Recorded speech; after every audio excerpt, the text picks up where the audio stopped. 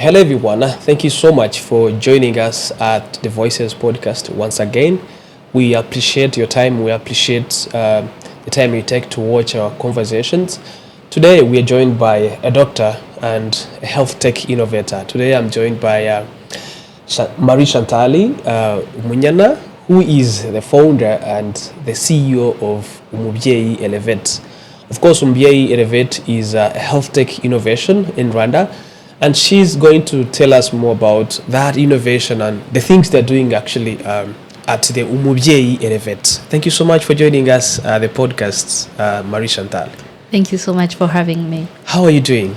I'm good. How's life? Life is good. Life is good. Yeah. Okay, that's really nice. And how is it at the Umubyeyi Elevate? I mean, if someone hears Umubyeyi Elevate, you know Umubyeyi is a Rwandan word, and myself, I kept really wondering, why did you have to have a Kinyarwanda name and an English name? Like a Kinyarwanda word and an English word, all the same, meaning the name of your company or your initiative. Can you just tell us more about yourself? After that, maybe you'll tell us about the initiative. Thank you so much once again. About myself, I'm a young innovator, as you said. I'm a medical doctor by profession, and I'm a mother.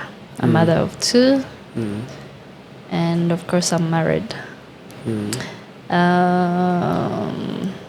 About maybe the initiative. Or about myself again, I'm so passionate about women's health, especially maternal child health. I'm an advocate and I'm so enthusiastic about digital health. About the initiative, from the names, as you said, why did I have two different names and different languages? Umubyeyi, as an initiative that was originated from Rwanda. I'm a Rwandan, and by the time I started, I was like, I need to empower Rwandan women like me, because from my experience, I got to experience, to see the gap that women like me, my age or women in reproductive age, were facing, given the health system that we are having. So I was like, I need to call it Umubyeyi since it's targeting ababyeyi. And of course, we currently have Rwandan women living in different country, different continent. Even though it was initiated or it was rooted from Rwanda, our vision is very broad, that we can reach all women in Africa. So that's why we're like, let's have two words, Umubyeyi Elevate, to sound like it's an initiative originated from Rwanda, but that has a vision to impact African women in general. Someone out there who doesn't know about Umubyeyi Elevate might be wondering, like, what inspired her to really have that in place? Like, you grew up in Rwanda, as you just mentioned, that looking at the health sector we have, that's maybe one of the reasons as to why you started it. But what is that spark that sparked your inspiration to, say, you know what, I need to have this? And then from that, maybe you will tell us, what does it do? The inspiration, as I said, originated from my personal experience. From how I grew up as a young girl living in a village with my mom. I've experienced how she struggled with pregnancies, but I didn't know maybe it's a condition or it's something that could be educated or empowered for. By the time I got married, I I was in medical school. So I had that knowledge, that support system from the medical perspectives. My friend, my seniors, my colleagues, the knowledge, the resources. I had all that I needed. But when it came to pregnancy, I had an experience that my mom had. And of course, she's not a medical doctor. To have told me you might experience this, it's maybe genetic related, or it's something that might happen to you. No, I just grew up, and I had that experience, and then I was like, I needed a support more than just the system that I had. And I wish I knew different things. I wish I knew where to get the support from. I wish I knew different things. And from that, I was like, since I'm educated, I have the resource, I have the support system, and I'm a medical doctor, and I'm struggling like this. How about that woman who have no medical background? And then I was like, I have all it's needed to help other women. And it was during COVID that was like an immediate cause. During COVID, everyone was at home in a total lockdown. And then I was like, my mind was, because of the experience that I had during pregnancy, I was like, what about women? What are women going through this time? And no friend can go to see them or can go to support them. No family members can reach out to them. How are they coping up? And then I was like, this is the time I start to do something, at least to advocate or to educate women. And from there, I started through my WhatsApp status, and I could ask, what would you like to learn today? Maybe the pregnancy, signs of pregnancies, early signs of pregnancy, possible complications, how to take care of newborn. And then from that, I started to see the interests. Many women were so interested in learning more, and they started to suggest different topics that I could share. So I started like that. So by the time I started, I knew that there is an issue. Many women doesn't have enough information to make informed decisions. And I knew that many women are not empowered enough to cope up with possible complication that could come up with the pregnancy or the reproductive journey. And it was really vague. I just knew that there is an issue and I wanted to solve, but I didn't know how. So, however, by the time I got like, I have to do this seriously, and then I was like, how am I going to do that? I can use digital platforms, I can reach out to people, and then that's how we formulated it as a health tech innovation, to empower, to inform women and families in reproductive age about their journey, about what to expect and what to anticipate in order to make informed decision at each stage. So, like, for someone watching there, if I say that I want to be part of Umubyeyi Elevate, how do I become one? I mean, how do I join your initiative and be part of the people that are going to get the impact from what you just started? Because you just talked about people who want to know about information about early born, how to take care of their early born, how to know the first signs of pregnancies. When I was looking even at the website, I saw that you also do menopause information. You share people with with menopause and all that. So if that lady out there who is listening to us and is going through the stage of menopause, or maybe the stage is not yet there, but they are likely going to start the stage. And they're saying, I don't know how am I going to navigate this situation. And maybe they're 2 to 3 years into that stage, but signs start earlier. That's what I think. Yeah. And how do you how do you have this person join you to start this journey with you and get all the information they need about that? That's a quite interesting question, because what we are doing is more of awareness, and everyone can join. We operate under two flagship, the B Space and Menospac. So the B Space focuses more of on reproductive women in reproductive age, and then we have Menospac that focus on women in going through perimenopause, menopause, and postmenopause. And usually our primary way of contact or contacting the public is through social media.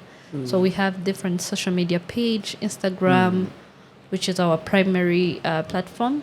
We have Twitter, we have LinkedIn, we have WhatsApp community.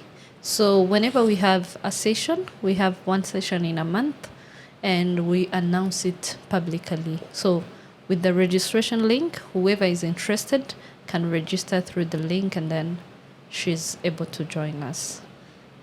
Is it free? It's not free. There is some little amount of costs that, depending on the session. Like you talk about the B space, where you talk about maternal health. Yes, maternal health, maternal child health. Maternal child from health. preconception, pregnancy, labor and delivery, postpartum, like breastfeeding, everything related to women in reproductive age. So I want us to help someone, at least to get a free consultation from a doctor. Let's say if I'm one of those that are in preconception, or maybe I'm attending antenatal care, or maybe I've just given birth to my first child, and I need to learn 1 or 2, 3 things from you as the initiator of that nice initiative. Like, what do I need to know on my fingertips in the preconception? What are the most important information that most women nowadays are asking you about, or in these spaces where you meet? The key things are you talking about that at least every woman out there in the three levels of pregnancy that we've talked about, one needs to know about? Start from pre and then next. Okay. We are educating someone maybe who will not have a yes. chance to come to your space. Yes, that's really broad. But I would say one of the things that many people don't know is that a pregnancy is prepared. It's not about I met someone, I just got married, and I need a kid. It's not like that. When you want to have a healthy pregnancy, you need to have a healthy behaviors and attitude, and how you take care of your body and yourself before you conceive. So there are a lot of things. Actually, we have a checklist of things at least you need to do 3 months before you conceive. So we consider preconception as a period of at least 14 weeks or 3 months approximately before you conceive. What you need to do, at least you need to meet the doctor, do a full checkup, to know your health status before you even conceive. If maybe you have anemia, it has to be addressed. Or if you have any health condition that you didn't know, it has to be addressed to optimize your health before you conceive. There are even vitamins that you can take during preconception. It's not like a journey of one person. If you're planning to get to conceive, it's a discussion of between two people.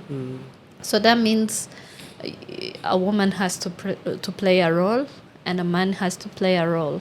So it's something you do together, and for that 3 months, you both optimize your health in order to expect a healthy pregnancy.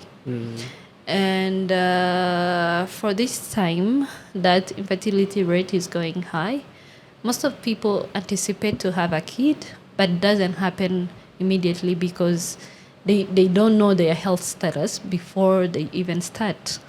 So, and by the time they wait, we are not conceiving 3 months, 6 months, a year, 2 years, and you don't know what is going on.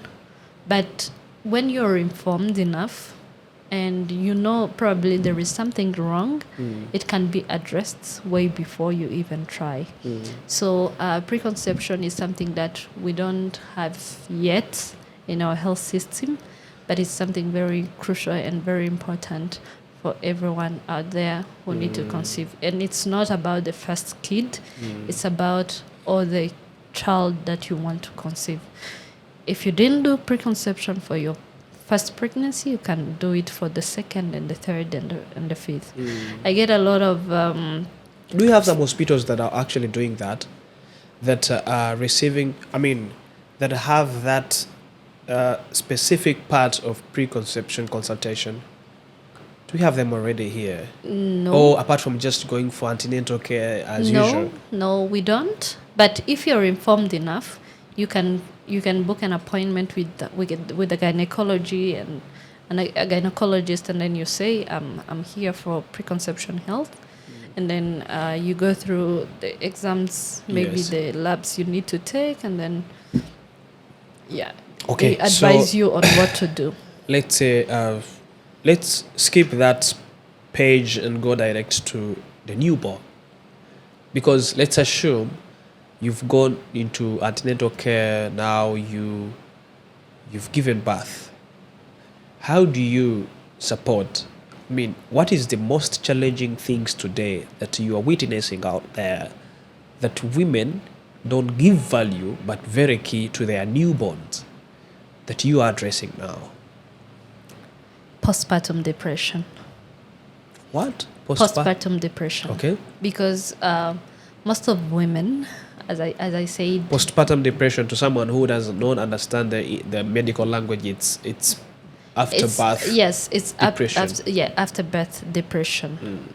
So as I said, most of us are not informed yet. And then when you give birth, of course, taking care of the newborn, most of the time in our culture, you have your family member or a friend who come to support here and there. But most of women, at least 1 in 6 women, 1 in 5 actually in Rwanda, 1 in 5 experience. 1 in 5? Yes, experience postpartum depression in Rwanda. And most of them, they don't recognize that they're experiencing that. And of course, once mentally you're not ready, you're not giving the best to your kid, you're not taking care of your kid. And I would say after giving birth, while taking care of the kid, postpartum depression is most of the critical issue that we are currently having. The second, I would say it's linked with the culture. Because once a woman gives birth, everyone wants to go to see the baby, everyone wants to go to Guhemba, everyone wants to go there. And sometimes we overwhelm the young mothers, those mothers who just give birth, and then which leads to postpartum depression again. And I would say again, the husbands, the men are not informed enough to know how to support their women, their wives, let me say like that, of which also leads to feeling not supported enough. And everyone is checking on the baby, everyone is checking, the baby is okay, is the baby breastfeeding, is the baby... And no one check mother. the mother.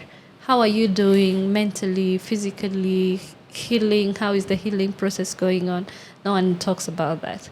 And you find most of women struggle, even the recovery process sometimes delay because They're not getting enough care. yes. And I would say the second thing is breastfeeding. Breastfeeding is a natural physiological process, if I may say, but breastfeeding is very, very hard. And we are not, as women, are not prepared enough to know what to expect and how to behave during breastfeeding process. What to take, what is needed, how can I increase my breast milk supply.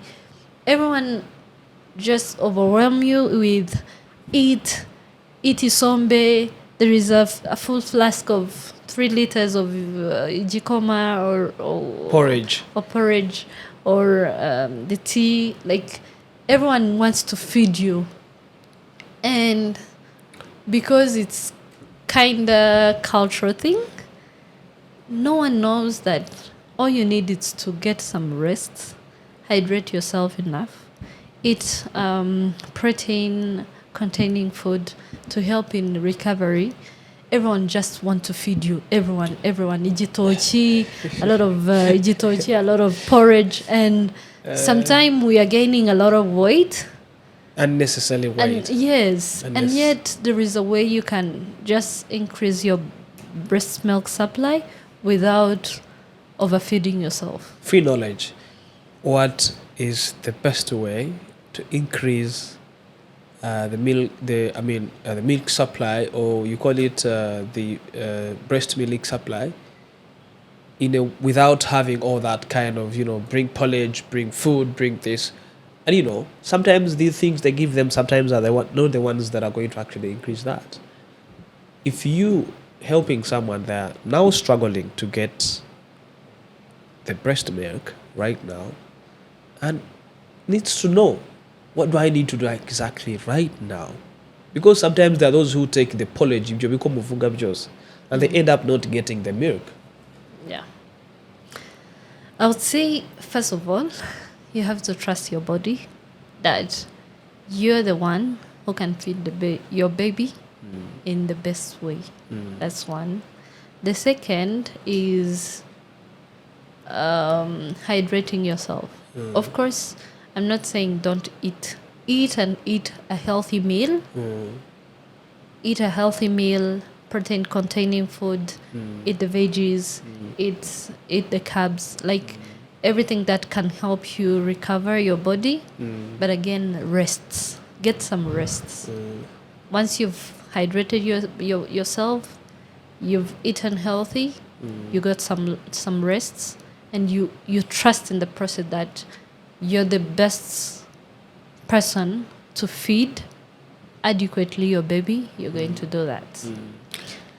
Because I'm saying this because most of women are overwhelmed by the people telling them, oh, you don't have enough supply, you can't feed the baby full, and you start believing that you don't have enough supply.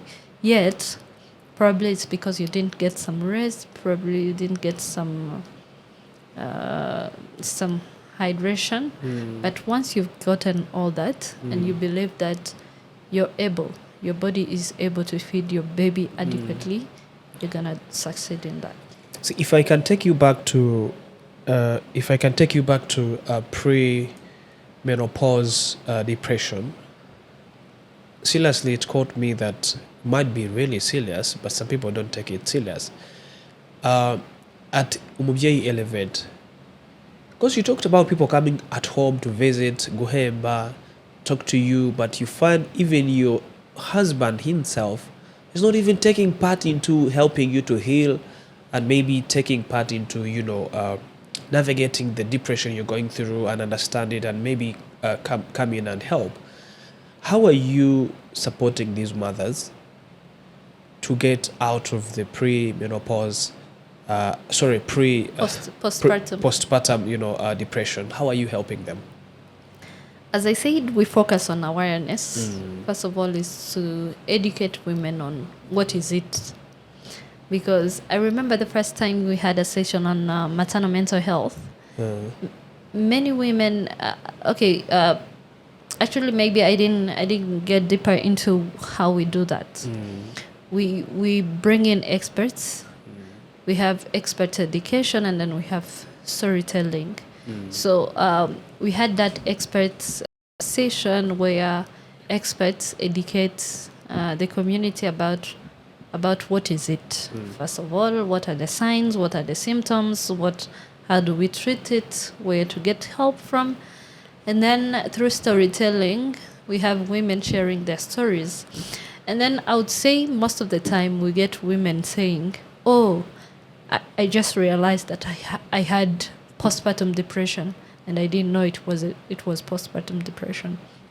So that means we are having a lot of women undergoing postpartum depression, and they don't know what is it, how is it.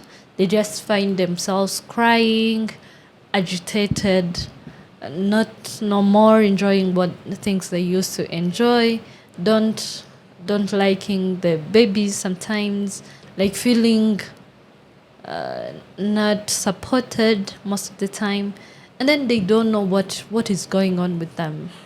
And sometimes postpartum depression, of course, is called, it's linked with social factors, but again, hormonal fluctuation, because as a woman just give birth, there is a lot of hormones up and down. Hormones somewhere up, they're going to go low to normalize, and there are those that was low who are going to increase. So you find that people are not knowledgeable enough to know what is it, to know what they are going through. And what we are doing at Umubyeyi Elevate is to educate people. What is it? How do you recognize it? Where do you get help from? And we are doing that through experts education and also storytelling.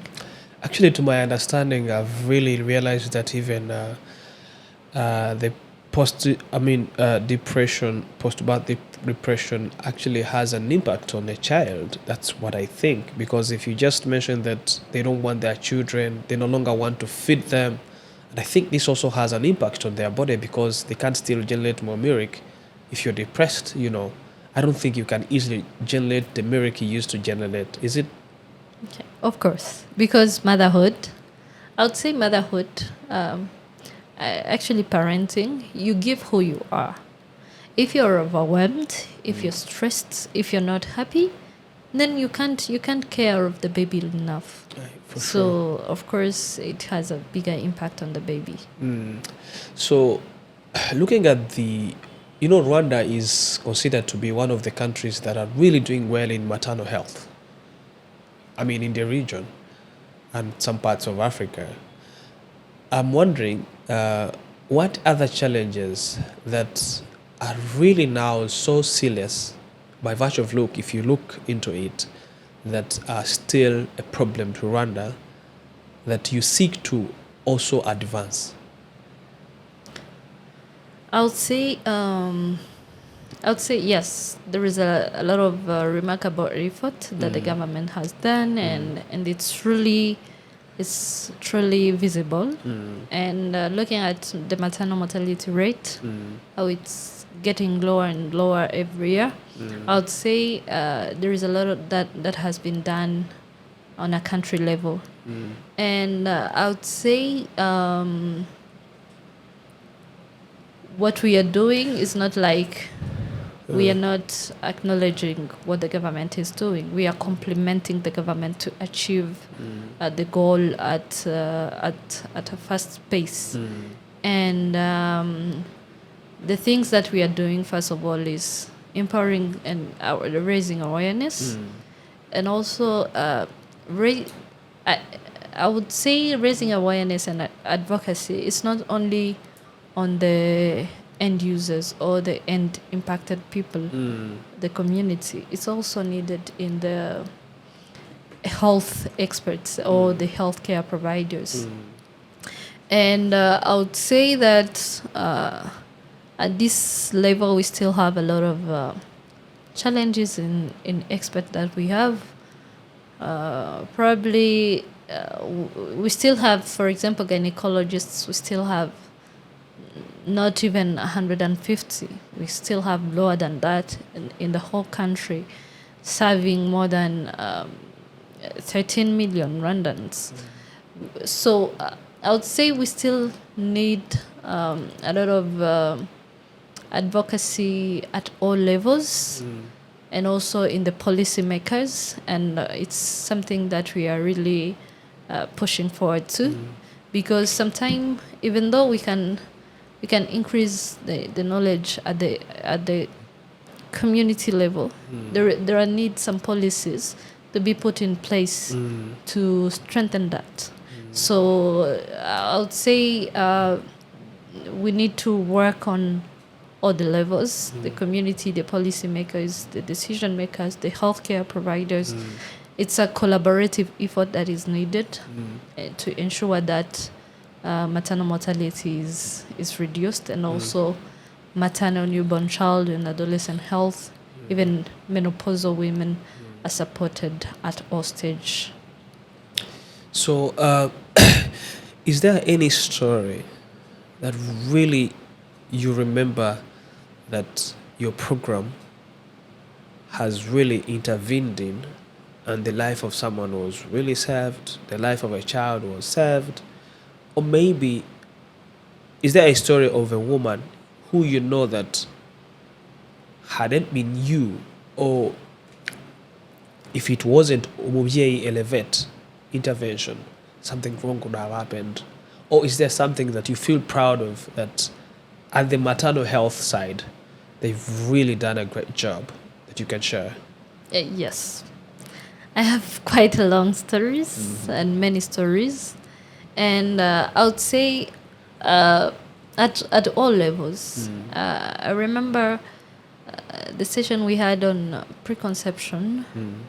There is this young woman who was just gotten married that a friend of mine invited, and she was like, "No, I think I don't need that." And then after delivery, she undergone postpartum depression, and then she started to feel like probably if she could have attended the preconception health, she wouldn't have undergone that. And from then, she started coming to the session, and she has made a quite improved decision making. She's become a good mother. Yes. Okay. No, not a good mother, but at least she's informed about different topics related to what she's going through, and she's making quite informed decisions.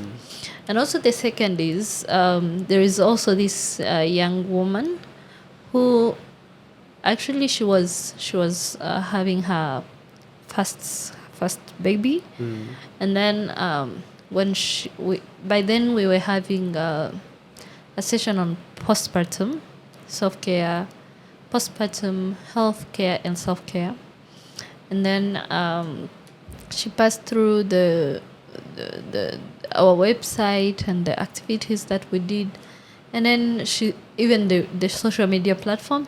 And then she was like, I wish I knew that a baby is prepared, because I had a baby and I wasn't prepared enough to know what to expect.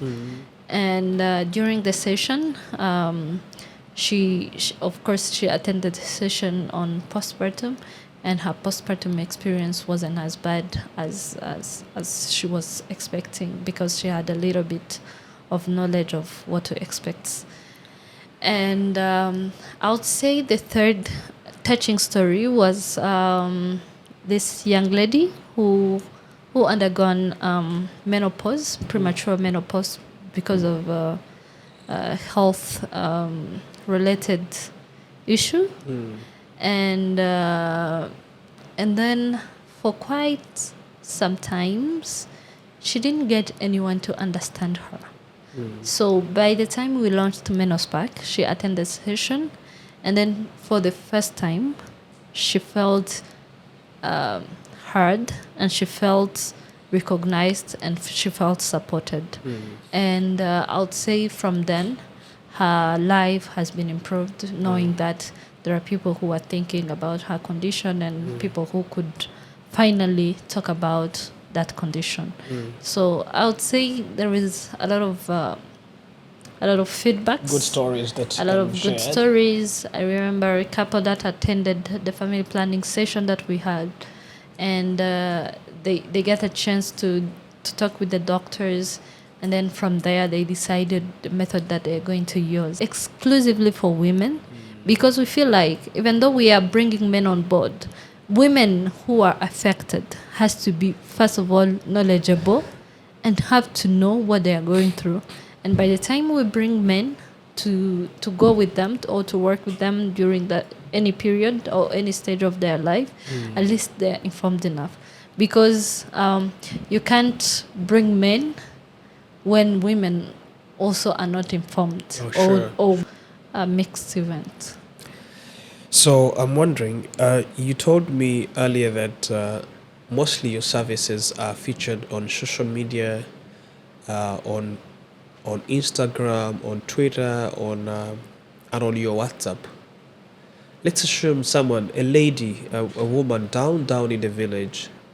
How are you giving your services to women in the rural areas, or even those who would love really to be part of this movement of changing the health of their life, or maybe even their relatives? How are you ensuring that, or how are you planning to ensure that women in the villages, in the rural areas, remote areas, are also taken care of? Because I'm sorry to say, but most women in town, at least they can use ChatGPT, they can use AI if they have a question to ask about what is happening. Of course, they have like 10% or 20% of the information that they need about that. But these women in the villages are the ones who are really suffering a lot. They don't know much about that. They're the ones who are using traditional medicine. They're the ones who are, don't know that I even need to give much care of my child after birth. They go with them in the farms. They go with them in the, everywhere they go. The care is not that much. How are you envisioning to help them? Or are you already helping them, and how? Because you say urban women are more vulnerable than rural women when it comes to as equally okay. Yeah, because as rural women when it comes to maternal health. Yes. Oh wow. Because women who have access to internet, as you said, they are having a lot of information which is misleading, making them vulnerable compared to those who just get information from Abajana Mawuzima in the villages, community health workers, and from the health centers. But a woman in town who are so busy, working so hard to earn a living, who are having access to internet, who are using TikTok as their primary doctors, who are using internet, Google or Wikipedia or ChatGPT to treat themselves, they are very vulnerable. And at least a woman who is in the village has access to community health workers. They come at home, each cell, each village, each Sibo has community health workers, and they have one specific. So I'll go straight to the question. Our wish and our vision is to reach every woman in the country. And as a startup, we are focused on where we can serve by now. However, we are putting so much effort into partnership for us to serve even every woman, even those in remote areas. So we believe that through partnership, we are going to serve everyone in the country, including those women in remote areas. So I want us to move away from the B space because we've been talking about the B space, looking at the maternal health. I want us to now focus on you call it the menospace. You call it menospace? Menospark. Menospark, where you talk about mostly on menopause, premenopause, menopause period, and I don't know whether there is post or something like Yes. that. Maybe you tell us about that. So, how are you engaging women in this stage? What is it that someone who is maybe approaching the same stage should learn from Umubyeyi Elevate right now, from you, the CEO and the founder? I would say menospark, actually menopause or perimenopause, menopause, postmenopause. Like it's been a conversation that has been for too long overdue. Like it's just a stage of life that no one's want to talk about. And I would say it's linked with the societal and cultural myths and beliefs that a woman is important when she's in reproductive age, because most of the cultures, most of the societies believe that a woman is to produce. And once that woman is no longer producing, most of the society, most of the cultures doesn't mind about that woman. Their life and Their health. life, their health, it's like they just lost their values. Yet, getting higher and higher and higher. In women? In all general.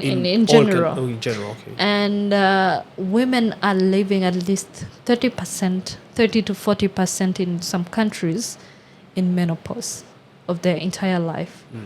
So, and I would say... What do you mean they live in 30 and 40% in their menopause? Are you trying to say that, let's say, before they used not to reach that percentage, if a woman went into menopause, it was likely that the life was going to end earlier than then? So what I mean is the life expectancy. If probably the life expectancy currently is at 60 years, 70 years, that means most of women undergone menopause in their 50s, in their 45. So that means they are going to live more than 30 years in menopause. That's what I mean. I get it. And to some country that has a very good life expectancy up to 90 or 80s, that means that woman is probably going to spend more than 40 years in menopause. So that means 40... It's half their life, actually, in menopause. Almost half of their life, 40% of, or 30% of their life in menopause. So, and again, for example, in Africa, where women has been not so empowered enough, as the life expectancy increase, as the gender equality is evolving, many women reach their 40s, their 50s when they are at their best career age period. And from that, we kind of launched Menospark as a conversation that is going to focus on menopause. Like, yes, you're in perimenopause. Actually, perimenopause can last up to 10 years. Oh. 8 to 10 years to some people. Oh, really? So you're trying to mean that I might stop, how do you call it? Let's say I can no longer get pregnant. Let's make it, generic.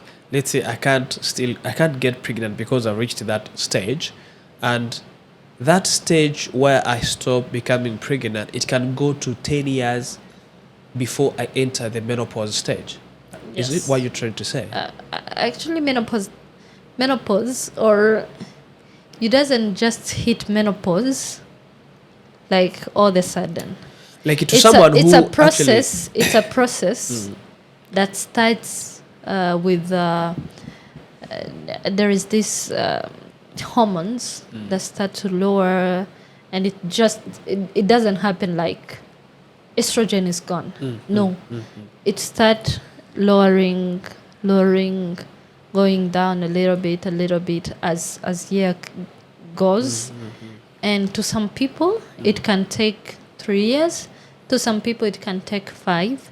To some people, it can take 8 years. Until when they are completely... Yes, until when you've... from that, you start to experience, for example, hot flashes, like sudden heat in your body. You start to skip menstrual periods. You start to have sleep disturbance. You start to have different, of course, different signs. And until you feel like, oh, it's been 12 consecutive months, like 12 months consecutively that I've never received my menstrual period. So I would say many people don't know that. They don't know what is menopause. They don't know what is perimenopause. They don't know what signs. They don't know what to expect. They don't know probably if they are losing memory concentration, or if they're having other issues. They don't know what is going on. They don't know what is happening. They don't know where to seek help. And I would say currently we are lucky that in the country we have at least a menopause clinic. And it has never been there. So that means menopause has been omitted for too long. And it's not only in developing countries. Even in the developed countries, menopause is a recent talk. And now, actually, I want us to help someone who is maybe a lay person. We're talking about menopause. It has caught me that maybe people don't know the best. I mean, what is it are we talking about? Menopause. When you say menopause, what is menopause? I mean, to a lay person's language, ese menopause ni iki? Muri make mu buryo bw'umuntu wese, you know, I'm speaking to Rwandans. Let's say, if you don't know what menopause is, how long does it go? When does it start? Like the estimated age at which it starts.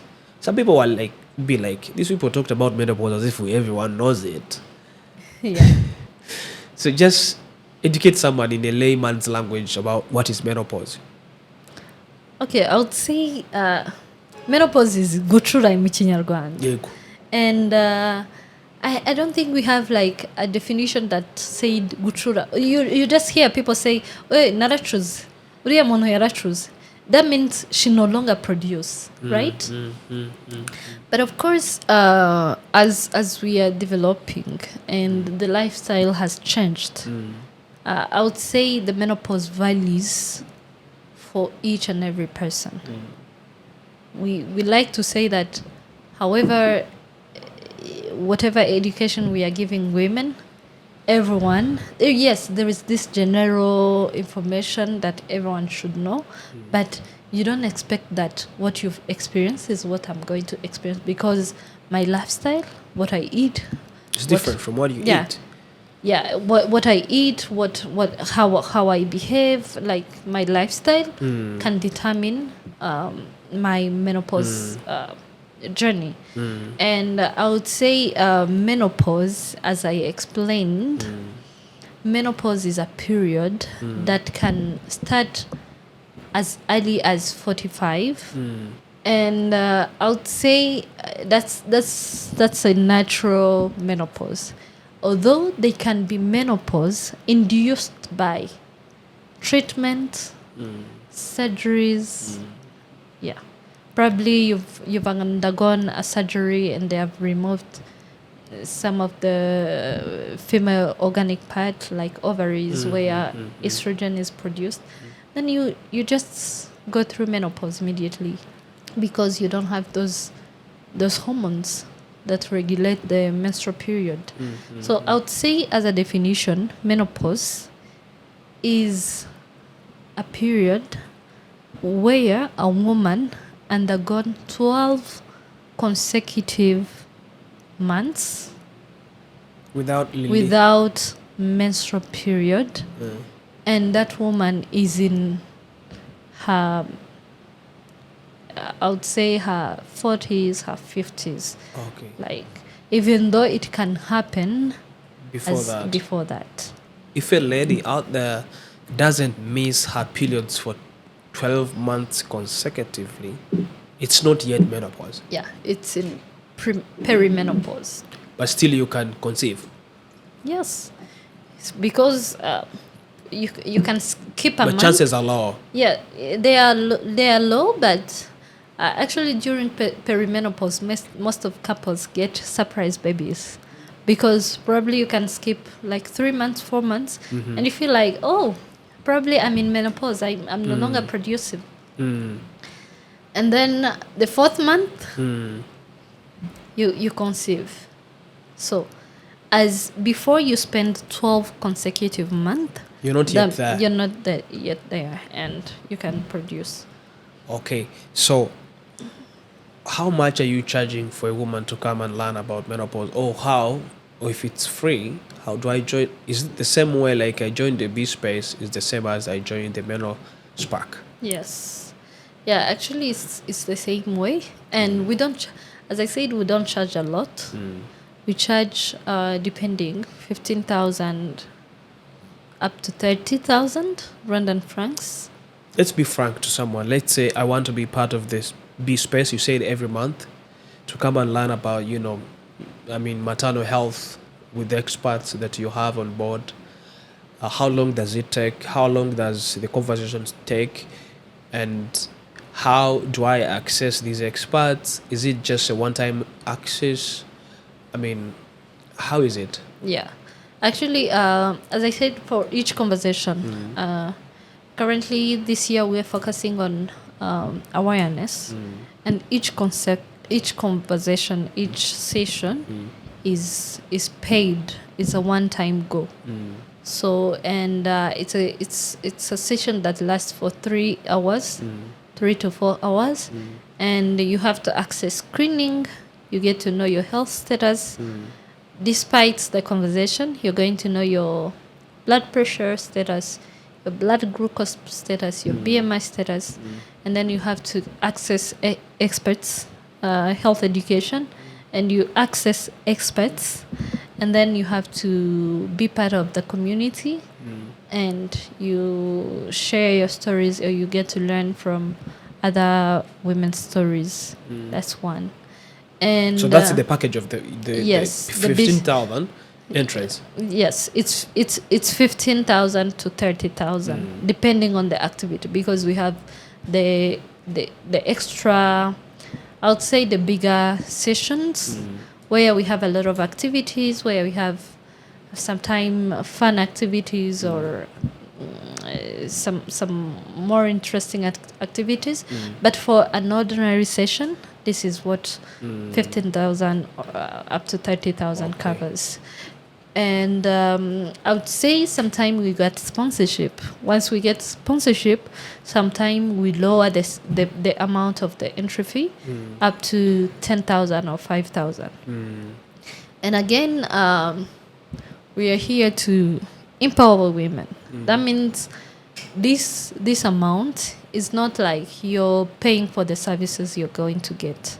You're contributing to the cause because you believe your contribution can keep the vision going, and you get to be empowered next time, or to empower another woman. So as we head to the conversation of today, and I really want to ask you one thing. What is it that you want to educate someone there who will have a chance to listen to watch this podcast, that you feel like keeps coming on your heart when you think about women out there, that you know that Rwandan women and African women don't understand, that you want them to know that here and here, or this and this is happening, but just to know that what you need is ABCD? Because we are seeing a lot of things on internet, and people are fed up with a lot of information. They are fed with a lot of information. on the same things. How are you sure? How do you get to know that these people are really getting the right information, or even the information you share at Umubyeyi Elevate? How do you know that this information is going to be used the way you gave it? Because they're seeing a lot of things. They go compare it with other things online. Everyone is becoming an expert now on social media. You find someone just wakes up tomorrow and says, I'm starting a show on menopause. Because maybe they've had this experience, they've experienced menopause, they think they know all about menopause. So what is that one thing or two things that you think Rwandan women and women in Africa need to know about these two things, menopause and maternal health, that you see that it's like no one actually has the information about? I would say we're experiencing what women are experiencing. On top of that, we are very passionate about this. That's one. And I would say that apart from the awareness, as I said, it's a once in a month session. It's not enough. So we co-created with our community. We co-created with them Mama Guide, which is validated by the RBC. It's a comprehensive maternal health and women's health education that ranges from preconception to menopause. And it's called Mama Guide? Mama Guide. Is it open to everyone? Yes. Okay. It's It's a guideline by the Rwanda Biomedical Center? It's a comprehensive health education focusing on women in reproductive age and menopause, developed by Umubyeyi Elevate, validated by RBC, that is going to be launched soon, and very soon it's going to be disseminated and distributed to be accessed by everyone. Let's conclude this, but I want to ask you one thing that is very important for me and I think for you. What are you going to be doing at the coming Africa Health Tech? Because I think people out there should know about this, because I think it's an advantage to you, and I think you value it a lot. Talk about it. How are you excited? I'd say I'm so excited and happy to say this. This year's Africa Health Tech Summit, we were so honored to be selected as the lead program on maternal, newborn, child, and adolescent health track. So that means we are going to lead the session on maternal, newborn, child health track under the theme leadership and digital innovation for maternal, newborn, child health for women for Africa. And I would say it's been an honor, and of course we value it as a startup, grassroots innovation. To be leading that session, it's kind of a continental stage that we are going to be on, and we believe that we are bringing different partners to be part of that conversation, and I would say it's amazing, and I would say we can't wait to see what is coming out from that spotlight. Wow, thank you so much. What is it? Is there anything that is still burning in you that you wanted to share before I close the conversation? Yeah. One thing is women has to know that we women have the right and have the duty to advocate by ourselves. If we are not part of this, it's kind of a movement, and if you're not part of this, all the innovation, of course, many innovation grow up and fail, others grow up and fail, but once the affected people, once the impacted people, once the target audience is part of this, there is a lasting chance and a lasting impact. So I would say I call up upon women and men to support the initiative and take part onto this. in order to get the change that we want to see in our country. And of course, I'm going to advocate for this too, because I think it's worth it. I'm going to even look into my contacts for those that I believe that really need the services. I'll share it and say, you know what, check out to Umubyeyi Elevate. Perhaps you're going to learn more about maternal health, menopause. I know so many women out there don't know about how to navigate menopause period. And to our viewers, we appreciate your time. We thank you so much for following our conversation and the comments. We see them, and we always say that thank you so much. For today, that's it. She has shared it all, and you've heard it. Just go online on Twitter, on Instagram, on Facebook, on LinkedIn, and you can check them out. And please, always you're welcome at their spaces. They have 2 spaces. They have the B space and the Menospark, where you come and learn everything about menopause and maternal health. Please take your time and check out at Umubyeyi Elevate. You're going to learn a lot about being a good mother and taking care of yourself as a mother. See you next time. Bye for now.